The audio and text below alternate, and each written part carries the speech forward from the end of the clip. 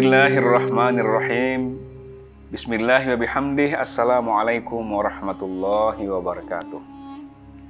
Saudara-saudaraku, sahabat-sahabatku yang baik dan dirahmati oleh Allah Subhanahu wa ta'ala. Alhamdulillah wa syukurillah. Hari ini kita masih diberikan kesehatan dan kesempatan oleh Allah Subhanahu wa ta'ala, sehingga kita bisa bersilaturahim walaupun lewat media sosial seperti saat ini. Saudara-saudaraku dan sahabat-sahabatku, pernahkah kita membayangkan bahwa ada seseorang yang ingin menghindarkan diri dari malaikat Israel, yaitu dari malaikat maut? Rasanya aneh, tetapi itu pernah terjadi. Syekh Ahmad bin Syekh Jazi Al-Pushni dalam kitabnya Al-Majalis As-Saniyah, beliau menceritakan bahwa pada zaman Nabi Sulaiman ada peristiwa yang luar biasa, yaitu malaikat Israel datang kepada Nabi Sulaiman. Saat itu Nabi Sulaiman sedang ada dalam majelis beliau, dan di samping beliau ada seorang laki-laki sahabat Nabi Sulaiman. Ketika malaikat Israel ini masuk dan melihat laki-laki yang ada di dekat Nabi Sulaiman itu, malaikat Israel tiba-tiba memejamkan matanya, lalu meminta izin kepada Nabi Sulaiman pamit sebentar. Maka keluarlah malaikat Israel. Nah, laki-laki yang ada di samping Nabi Sulaiman itu kemudian bertanya kepada Nabi Sulaiman, "Wahai Nabi Sulaiman, siapakah yang datang itu?" Nabi Sulaiman mengatakan, "Sahabatku, itu adalah malaikat maut atau malaikat Israel." Betapa terkejutnya sahabat Nabi Sulaiman ini. Dia mengatakan, "Wahai Sulaiman, kalau itu adalah malaikat Israel, saya sangat khawatir. Dia memandangku dengan pandangan yang sangat tajam tadi. Jangan-jangan dia akan mencabut nyawaku." Maka tolonglah Nabi Sulaiman. Nabi Sulaiman mengatakan, "Apa yang bisa saya tolong kepadamu, sahabat?" Maka sahabatnya itu mengatakan, "Wahai Nabi Sulaiman, engkau kan adalah seorang nabi yang diberikan kelebihan oleh Allah Subhanahu wa ta'ala, bisa memerintahkan angin. Maka tolong Nabi Sulaiman, perintahkan angin agar meniup aku bisa terbang sejauh-jauhnya, bila perlu sampai ke ujung negeri Hindia, supaya malaikat Israel tidak menemukan jejakku." Subhanallah. Nabi Sulaiman kemudian mengiyakan sahabatnya ini, lalu memanggil angin dan memerintahkan kepada angin agar meniup sahabatnya ini.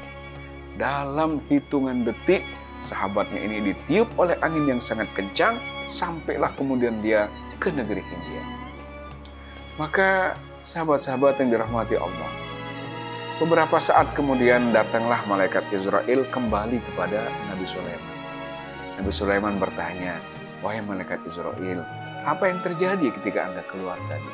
Maka Israel menceritakan bahwa, "Tadi ketika saya datang ke majelis ini, lalu melihat seorang laki-laki yang ada di sampingmu, saya sangat heran. Karena Allah memerintahkan saya untuk mencabut nyawa laki-laki itu hari ini, tetapi di negeri Hindia.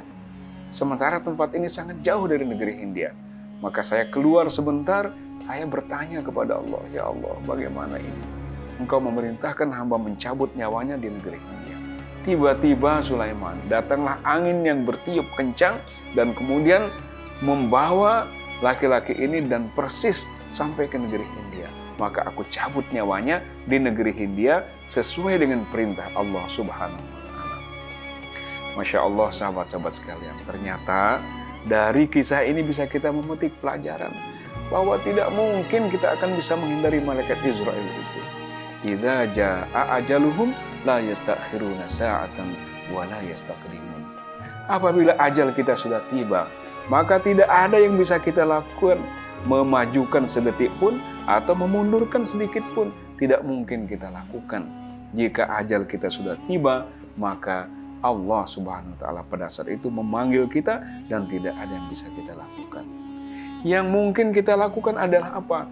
Isti'dad lirrahil, menyiapkan diri kita untuk menghadapi hari yang tidak mungkin kita hindari itu, sebagaimana yang dikatakan oleh Abu Bakar Al-Warraq. Nah, dalam rangka mempersiapkan diri ini, apa yang bisa kita lakukan? Fazadu fa inna khairaz zadi taqwa. Berbekallah kalian, sebaik-baik bekal itu adalah takwa kepada Allah Subhanahu wa Ta'ala.